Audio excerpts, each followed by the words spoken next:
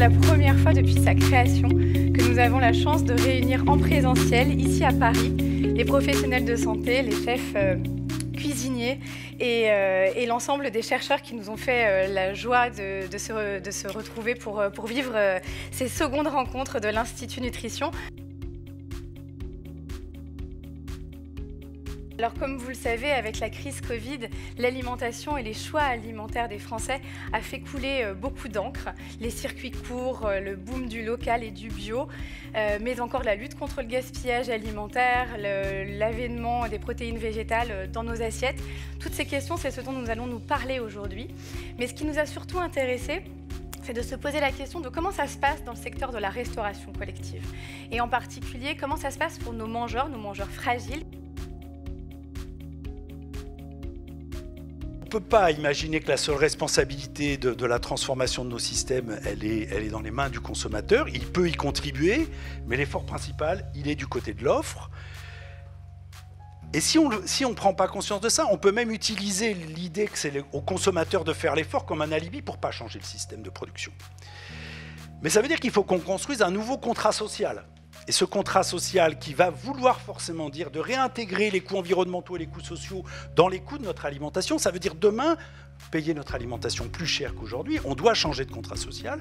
On ne peut construire ce contrat social que si on le fait avec tout le monde. Et pas si on le fait entre les bien éduqués et les bien pensants qu'on est de l'alimentation durable.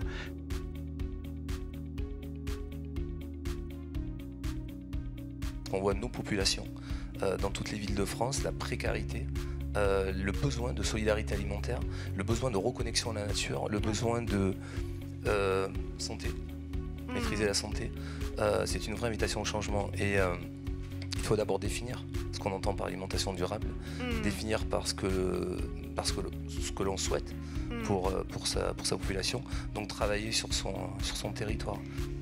Il y a effectivement une barrière encore en cuisine. Un végétarien dans n'importe quel restaurant du monde, c'est oh là là, on a encore un végétarien. Il y a effectivement un manque d'information et un manque de formation. Mais ça passe déjà dans les écoles hôtelières.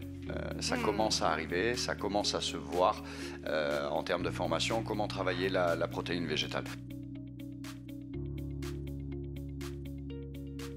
Par exemple, il me semble que dans toutes les données, on voit que quand on vieillit, on mange moins.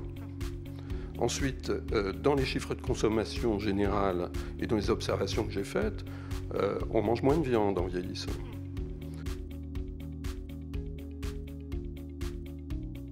Donc il y a un vrai enjeu central dans le dépistage de cette dysphagie sarcopénique et dans cet accompagnement par les paramédicaux, par les soignants, de ce dépistage et de cette protection des voies aériennes supérieures chez ces patients.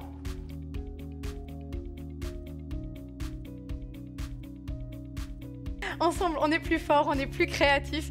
Donc c'est vraiment une invitation à réfléchir global parce que c'est à ce prix-là que nous réussirons effectivement cette transition alimentaire.